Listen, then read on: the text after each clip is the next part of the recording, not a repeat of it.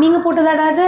Yes ma'am. ஏய் வாங்க வாங்க, அழகா போட்டிருக்கியடா, சூப்பரா இருக்கலாம். ஒரு சிம்பிளான குர்த்தியை கூட இந்த மாதிரி ஒரு ப்ரூச் ஒர்க் வச்சுட்டு நம்ம கிராண்டா மாற்ற முடியும். ஸோ இவங்க வந்து ரூபாவதி எங்களோட ஆரி ஒர்க் ஸ்டூடெண்ட். இன்னும் அவங்க பிளவுஸ் முடிக்கல, ஆனா இந்த மாதிரி ப்ரூச் எல்லாம் இப்போ வந்து அவங்க கத்துக்கிட்ட ஸ்டிச்சு வச்சு போட்டிருக்கீங்க இல்லடா? அப்படியே பக்கத்துல வந்து பாருங்க, செம்மையா இருக்கு. பட்டர்ஃப்ளைனாலே அழகு. நீங்கள் அது இன்னும் கொஞ்சம் எஃபெக்டிவாக டபுள் லேயராக கொடுத்துருக்கீங்க. இதில் ஏதாவது கான்செப்ட் இருக்காடா? 3D 5D அந்த மாதிரி? எஸ் மேம், 3Dல பண்ணது மேம். 3Dல. ஸோ 3Dனா ஃப்ளாட்டாக பண்ணும்போது நமக்கு அது 3D எஃபெக்ட் கிடைக்காது அப்படின்னு டபுள் லேயராக வந்து பண்ணியிருக்கீங்க. சேம் அந்த டிசைனையே வந்து பெருசு சின்னதுமா டபுள் லேயர் பண்ணியிருக்காங்க. ஸோ பார்க்கும்போதே வந்து வேறு லெவலில் இருக்குடா ஃபினிஷிங் எல்லாம். அதுவும் அந்த நிற்கிது பாருங்க, உள்ள கேன்வாஸ் வச்சுருக்கீங்க இல்லையா?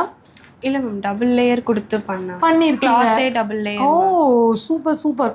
அந்த கிரிப்பா நிக்குது பாக்குறதுக்கு. ஏன்னா லூஸா இருந்துச்சுன்னா அது ஒரு லுக்கே இருக்காதுல்ல. அந்த கம்பியும் வச்சு பண்ணதுனால ஸ்டிஃபா நிக்குது. வாவ் வாவ், செம அழகா இருக்குல்ல. சொல்லுங்க ரூபாவதியோட இந்த பட்டாம்பூச்சி ப்ரூச் ஒர்க் எப்படி இருக்குன்னு. நீங்கள் ஒருவேளை ப்ரூச் ஒர்க் மட்டும் தனியாக கற்றுக்கணும் அப்படின்னாலும் நம்மக்கிட்ட கிளாஸ் இருக்குது. இவங்க ஆரியோடு சேர்ந்து இதை பண்ணியிருக்காங்க.